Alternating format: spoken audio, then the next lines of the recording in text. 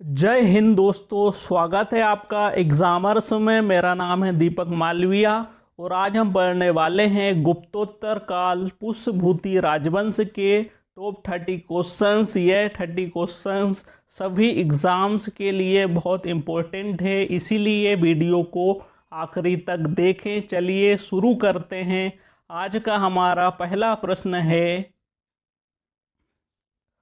हर्षवर्धन के शासनकाल में किस चीनी यात्री ने भारत की यात्रा की थी? तो इसका सही आंसर है हेनसांग। हेनसांग ने भारत की यात्रा की थी हर्षवर्धन के काल में। अगला प्रश्न है, उत्तर गुप्त वंश के निम्नलिखित राजाओं में कौन हर्षवर्धन का समकालीन था? तो इसका सही आंसर है माधव गुप्त। अगला प्रश्न है, हर्षवर्धन के सोने के सिक्के के पृष्ठभाग पर किसका अंकन है? तो इसका सही आंसर है शिव पार्वती का। अगला प्रश्न है, गुप्तोत्तर काल के निम्न में से किस न्यायवेत्ता ने घोषित किया कि शूद्र प्रकृति के दास नहीं हैं? तो यह मेधातिथि ने कहा है कि शूद्र प्रकृति के दास नहीं है। इसका सही आंसर है मेधातिथि। अगला प्रश्न है, हर्षवर्धन को बौद्ध धर्म की ओर किसने उन्मुख किया था? तो इसका सही आंसर है बच्चों दिवाकर मित्र। अगला प्रश्न है, हर्ष और पुलकेशिन के बीच युद्ध किस स्थान पर हुआ था? तो इसका सही आंसर है नर्मदा घाटी के तट पर। अगला प्रश्न है, निम्नलिखित में से कौन अंत्यज नहीं है? तो इसका सही आंसर है राजक।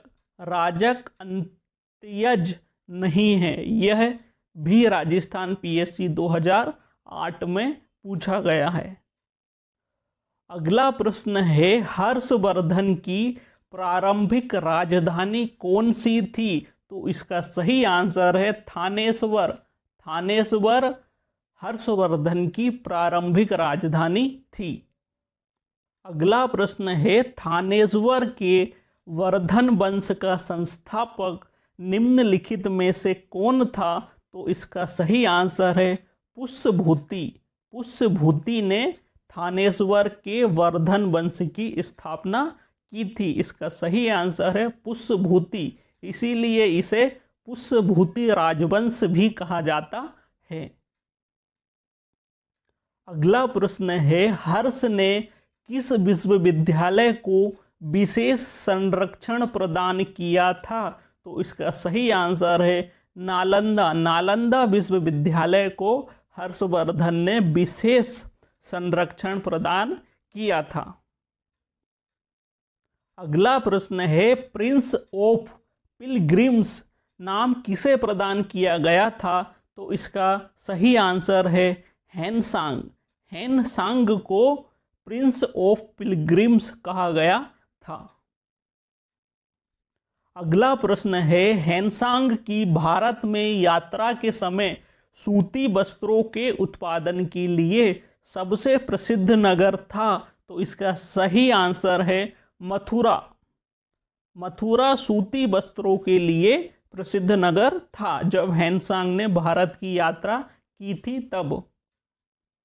अगला प्रश्न है, कौशे शब्द का प्रयोग किया गया है? तो रेशम के लिए कौशे शब्द का प्रयोग किया गया है। अगला प्रश्न है, गुप्तोत्तर युग में व्यापारिक केंद्र था? तो इसका सही आंसर है कन्नौज।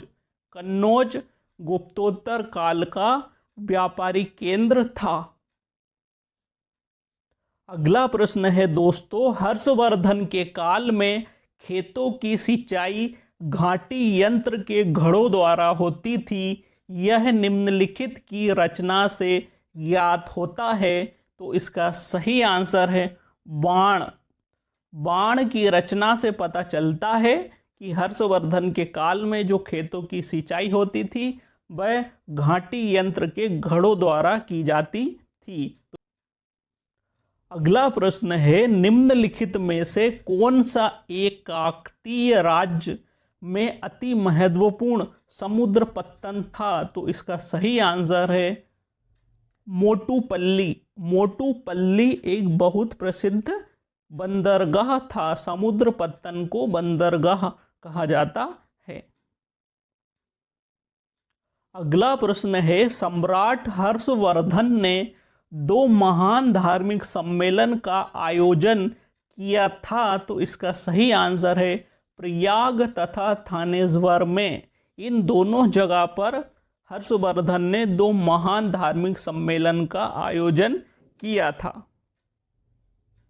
अगला प्रश्न है, उत्तर प्रदेश में स्थित वह स्थल जहां हर्षवर्धन ने बौद्ध महासम्मेलन का आयोजन किया था, तो वह स्थान है प्रयाग। प्रयागराज में हर्षवर्धन ने बौद्ध महासम्मेलन का आयोजन किया था। अगला प्रश्न है, हर्षवर्धन के समय की सूचनाएं किसकी पुस्तकों में निहित है? तो इसका सही आंसर है कल्हण। कल्हण की जो पुस्तकें हैं उनमें हर्षवर्धन के साम्राज्य से संबंधित सभी सूचनाएं तथा जानकारियां मिलती है। तो इसका सही आंसर है कल्हण। अगला प्रश्न है, अपनी समृद्धि और ऐश्वर्य के लिए किस प्राचीन नगर को महोदय नगर कहा जाता है? तो इसका सही आंसर है कान्यकुब्ज। कान्यकुब्ज को महोदय नगर कहा जाता है। अगला प्रश्न है, सम्राट हर्ष ने अपनी राजधानी थानेश्वर से कहाँ स्थानांतरित की? तो इसका सही आंसर है कन्नौज। जो हर्षवर्धन की प्रारंभिक राजधानी थानेश्वर थी और जो द्वितीय जो राजधानी थी वह थी कन्नौज। हर्षवर्धन थानेश्वर से अपनी राजधानी कन्नौज ले गए। अगला प्रश्न है, निम्नलिखित राजाओं में से किसने धर्म महाराज की उपाधि धारण की है? तो इसका सही आंसर है प्रवरसेन प्रथम। इन्होंने धर्म महाराज की उपाधि धारण की है और इन्होंने 4 अश्वमेध यज्ञ भी किए हैं प्रवरसेन प्रथम ने। अगला प्रश्न है, निम्नलिखित में से किसने हूण शासक मिहिर कुल को पराजित किया था? तो इसका सही आंसर है यशोधर्मन। यशोधर्मन ने हूण शासक मिहिर कुल को पराजित किया था। अगला प्रश्न है, बंगाल का कौन सा शासक हर्षवर्धन का समकालीन था? तो इसका सही आंसर है शशांक। अगला प्रश्न है, हर्षवर्धन की जीवनी हर्षचरित किसने लिखी थी? तो इसका सही आंसर है बाणभट्ट। बाणभट्ट के द्वारा हर्षचरित लिखी गई है जो सम्राट हर्षवर्धन की जीवनी है। अगला प्रश्न है, भारत में नारियल की खेती प्रारंभ किस काल में हुई थी? तो इसका सही आंसर है सातवाहन काल में। जो सातवाहन राजा थे उन्होंने भारत में सर्वप्रथम नारियल की खेती करना प्रारंभ किया था। अगला प्रश्न है, कंबोडिया का अंकोर वाट मंदिर किसको समर्पित था? तो इसका सही आंसर है विष्णु। जो कंबोडिया का अंकोर वाट मंदिर है वह विष्णु को समर्पित है। अगला प्रश्न है, निम्न को सुमेलित करें। यहाँ रचना और उनके रचनाकार को सुमेलित करना है। तो जो प्रियदर्शिका का जो रचनाकार है वह हर्षवर्धन है। जो कादंबरी के रचनाकार बाणभट्ट हैं। नीति शतक के रचनाकार भर्तहरि हैं और सूर्य शतक के रचनाकार मयूर हैं। तो इसका जो सही आंसर है वह हम देखते हैं, वह है 2 1 4 3। तो इसका सही आंसर है बी, 2 1 4 3। इसका सही आंसर है ऑप्शन बी।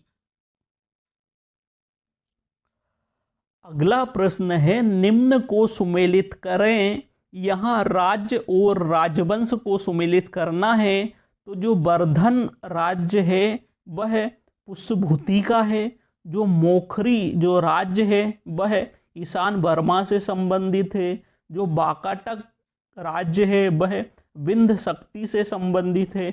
और जो मैत्रक राज्य है वह भट्टार्क से संबंधित है। तो इसका सही आंसर होता है, इसका जो सही आंसर बनता है वह है 4 2 3 1। तो कहाँ है? ऑप्शन बी इसका सही आंसर है, ऑप्शन बी 4 2 3 1।